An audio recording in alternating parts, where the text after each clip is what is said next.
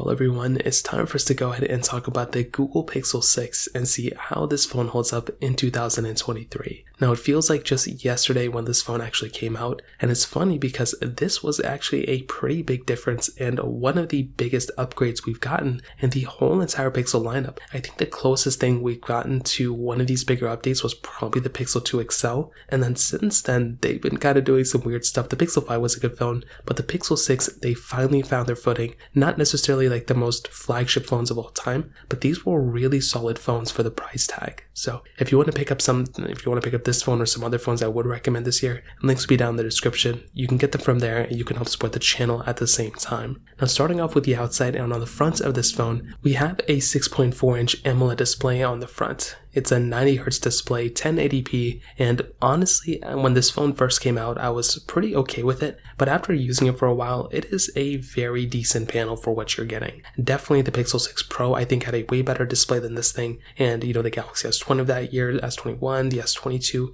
those phones do have better, displays too, but this phone at that time definitely had a pretty decent display. It was a hole punch display as well, and the design of this phone was a little bit different than the majority of the phones at the time. It didn't really have like this curvature to it. Like it was pretty much like a flat display with almost like flat sides, but not really. But I kind of liked it. That rectangular look is really cool, and I'm still a fan of it. Now on the bottom we had our USB-C port, which is great. No other expandable storage or holes or anything, not a big deal though. And on the back we do have our standard glass back. So this, I think the design of this phone was one of my favorite things with this device. We had wireless charging. Apparently we have reverse wireless charging on this phone. I keep forgetting about that. And we also had that dual camera setup at the top as well. If we were to look at what the Pixel 5 looked like, the phone right before this, and we take a look at this specific phone, there were some really big differences. It's almost like this was a completely different lineup of devices. And again, this was one of my favorite things that Google ended up doing. They actually, again, went away from their standard way of making a phone. They finally brought in a glass back. They finally brought in, this beautiful just setup overall, and I do think this phone is probably going to be one of the most impactful Pixel phones looking back. I mean, we see what they've kind of already done with the Pixel 7, the Pixel 7 Pro, the Pixel 6a. These phones are utilizing the same design, and I don't think they're going to be changing this design anytime soon. So I'm kind of thinking to myself, where can Google go to make this phone feel way more premium, or making it that much more, I guess, a flagship device? Definitely that way you can see an upgrade coming from year after year after year. I don't know if we're going to see it. Like, I think the Pixel 7 was a good upgrade, but the Pixel 6 from the Pixel 5 was a massive upgrade in my opinion. So in terms of that kind of covers it up there. Now on the back, like I mentioned, we do have that dual camera setup. So we have a 50 megapixel wide angle lens, then a 12 megapixel ultra wide camera. Then we also had an 8 megapixel wide angle lens on the front. Now I do want to say that this phone wasn't supposed to be, I guess, competing with the iPhone 13 Pros at that time, but I do think even at this moment, Google could have done a little bit of a better job with this camera. And this is probably one of the biggest downsides. There's one other area, but this is probably one of the biggest downsides of this phone in my opinion.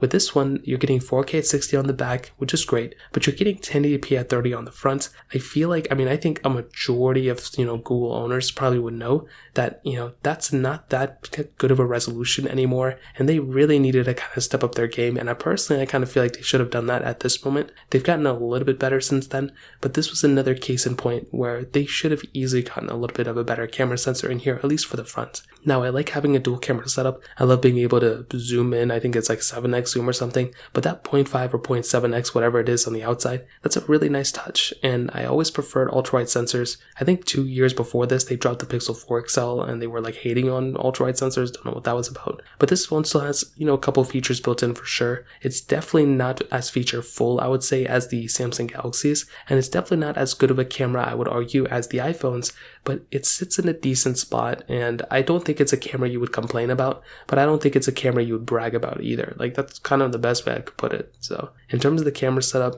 that's kind of how I feel about it. Now in the software and the longevity portion, this is easily one of the best, reasons of owning one of these types of phones. The Pixel series and just any phones built by Google themselves, they will go ahead and make sure these phones are supported for as long as possible. They make it pretty easy to kind of modify as well, although I'm not really following the custom ROM community that much anymore. You do have the ability for the most part of pretty much, I think, rooting and custom ROMing this phone if you want to. If not, the stock software updates are still very, very good. You can buy this phone today and it's going to last you for many years to come. So I think that's a really cool advantage of owning a phone like this. You don't have to worry about this phone being unsupported. You don't have to worry about this phone, not being here tomorrow. This phone is going to be here for a long period of time. So I think that is easily one of my favorite advantages, I would say, of owning a phone like this. So when it comes down to it, I think that in and of itself is a really good thing. If you want a phone that's going to last a long time, this is definitely going to be it. Also, I want to say that with software updates, this is another thing I like, because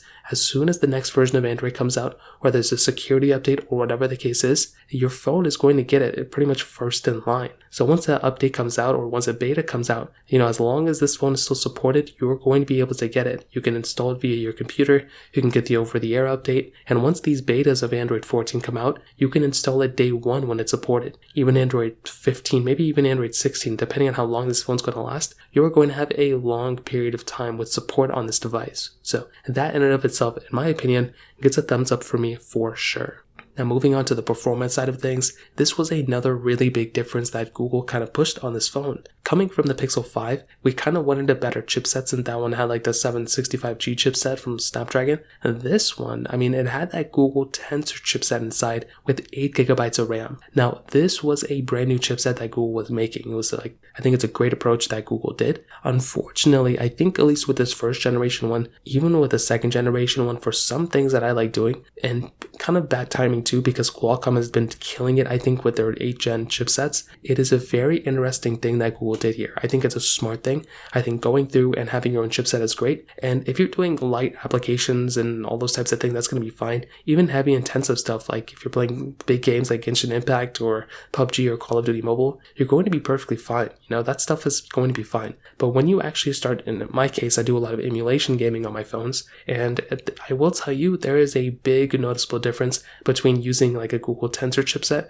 and using a Qualcomm Snapdragon chipset. So that is one, I guess, disadvantage of using something like the Pixel 6. But as long as you're using Android applications and you don't expect to get the best performance out of, an emulator, then you should be okay. But in my use case, I will pretty much have to stick with a Samsung now, because it has a better chipset for what I want to do with it. So in terms of performance, gets a thumbs up for me for the most part, but the emulation side not so much. It has a 4614 mAh battery inside of it as well. Pretty big size battery to have on a device like this. I think that is another pretty big advantage for owning this device, and you can charge up other devices if you want to as well, which is actually really cool. So I think those things in and of itself kind of make this phone kind of feel like more of a flagship. And to kind of sum up this video, I think that's exactly what Google's trying to do. I think they were trying to make these phones perform almost like a flagship device, and I think they did a pretty good job overall. It's pretty close to a flagship. The only things you're missing is like a better camera and potentially that chipset that needs to be improved, but I do think Google's been improving it over time. I'm excited about what the future of these phones hold, but I think as of right now, if you currently own a Pixel 5 or a Pixel 4, going up to the Pixel 6 I think is a big upgrade, but I think getting the Pixel 7, the S22, those types of phones are also pretty good options as well. So that pretty much covers it up. If you have any other thoughts or questions, let me know in the comment section below. Hit the like button, that would mean so much, but definitely hit that subscribe button. More importantly than everything else, I love every single one of you guys. Hopefully I'll catch you guys in the next video. Peace out till then.